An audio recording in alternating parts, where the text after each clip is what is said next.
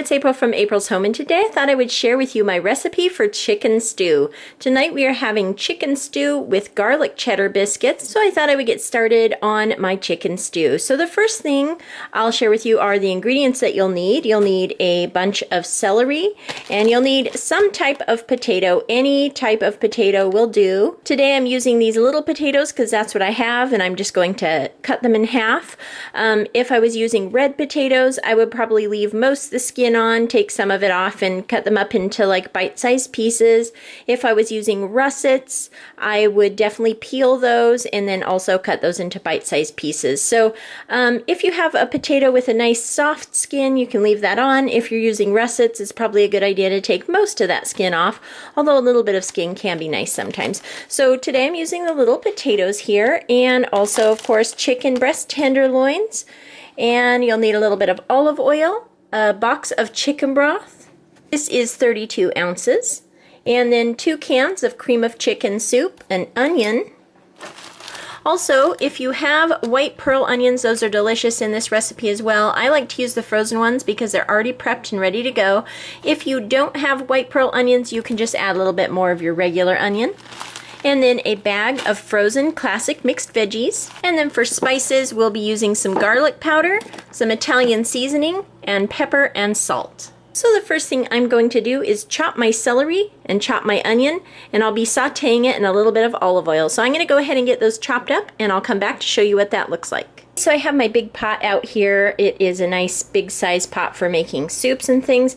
I'm just drizzling a little bit of olive oil into the bottom there so that I can saute my celery. Here I've chopped up all the celery, and I'm just going to put that in the pan here. And then I've got one of my wooden spatulas here, and I'm just going to start sauteing this on. I'm going to keep it on high at first until it warms up, and then I'll probably turn it down because you don't want it to burn. You just want it to saute nice until it starts to get softened and a little bit translucent. So I'm going to let this go ahead and start sauteing while I chop up my onion. Okay, so my celery is doing very nicely, and I've got my onions all chopped up now, and I'll add those to the pot and saute those as well. And again, I'll just stir these around until they are softened and translucent a little bit. I've turned down the heat a little bit, closer to medium, and I'll just keep an eye on these while they cook. And I will say the smell of celery and onions cooking is one of the best smells to come out of the kitchen. It is always just such a pleasant smell. Celery and onions is the start of a lot of my soups and stews and things like that, and it just smells wonderful. So I always enjoy this part, getting this all ready to go. It just smells wonderful. So I'm going to let this cook up, and then I'll be back to show you the next step. Okay, so my celery and onions are nice and softened, and now I'm going to go ahead and add my chicken broth here, my carton of chicken broth. And I'll just kind of give that a stir a little bit there. And now I'm going to go ahead and add my chicken tenderloins here. So I like to add about 8 to 10 of these chicken tenderloins, more or less, depending on the size of the individual chicken breast tenderloins. So I'm going to go ahead and open this up and count out how many I put here in the pot. Okay, so I've added the chicken tenderloins. I added 12 in this case because they were a little bit on the small side, and I just wanted to make sure there was plenty of chicken in this stew. And now I'm going to go ahead and add a little bit of water here. Just kind of cover the chicken. I added about 4 cups there, and you just want to add enough so that it covers the chicken, and you'll thicken this broth later with the cream soups and things like that. So we will go ahead now and let this cook. I'm going to go ahead and turn this up to high while it brings it back up to temperature, and then I'll turn it down to simmer for an hour to let the chicken cook.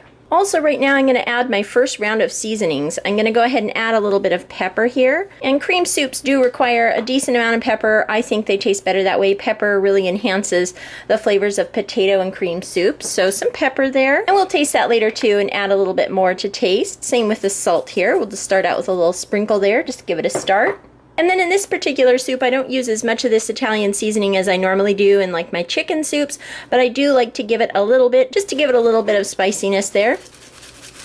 So I'm just going to kind of shake out a little bit there. That's not very much. It looks like a lot, but it's kind of mixing in there with the pepper, and this is a pretty big pot of soup. And then I'm just going to add a dash of garlic powder now. I'll add more of that later as well. So just a little dash there.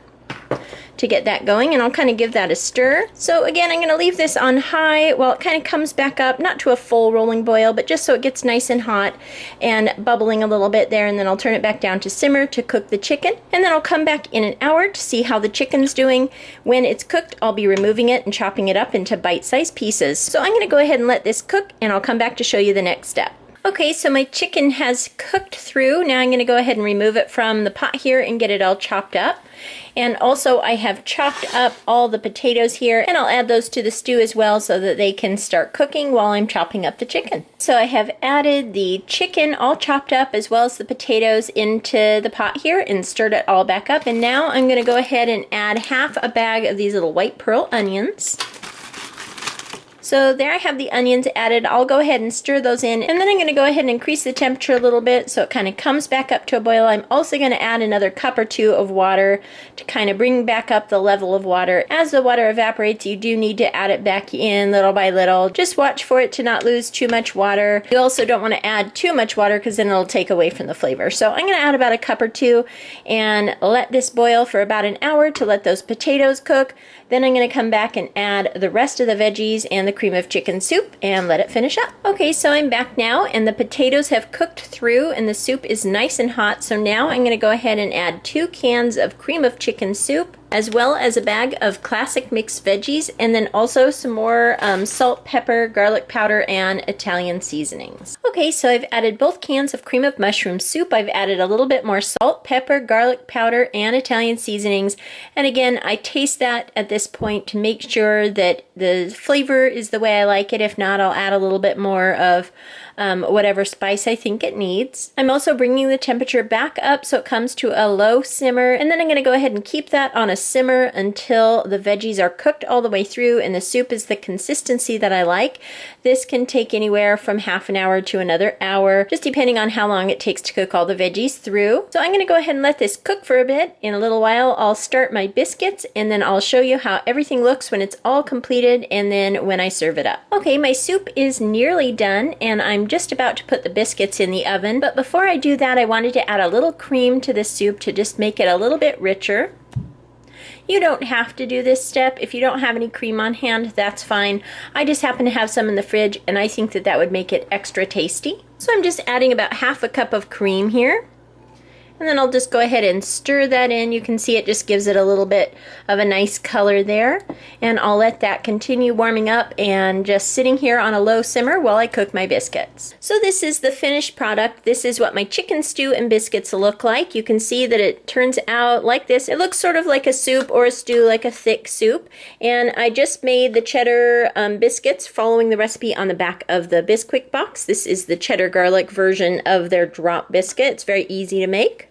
And the way I like to eat this is to just put my biscuit right on top of the stew, and it's almost like a chicken pot pie flavor with the biscuit and the stew. So that is my chicken stew with biscuits recipe. I hope you enjoyed taking a look at this recipe.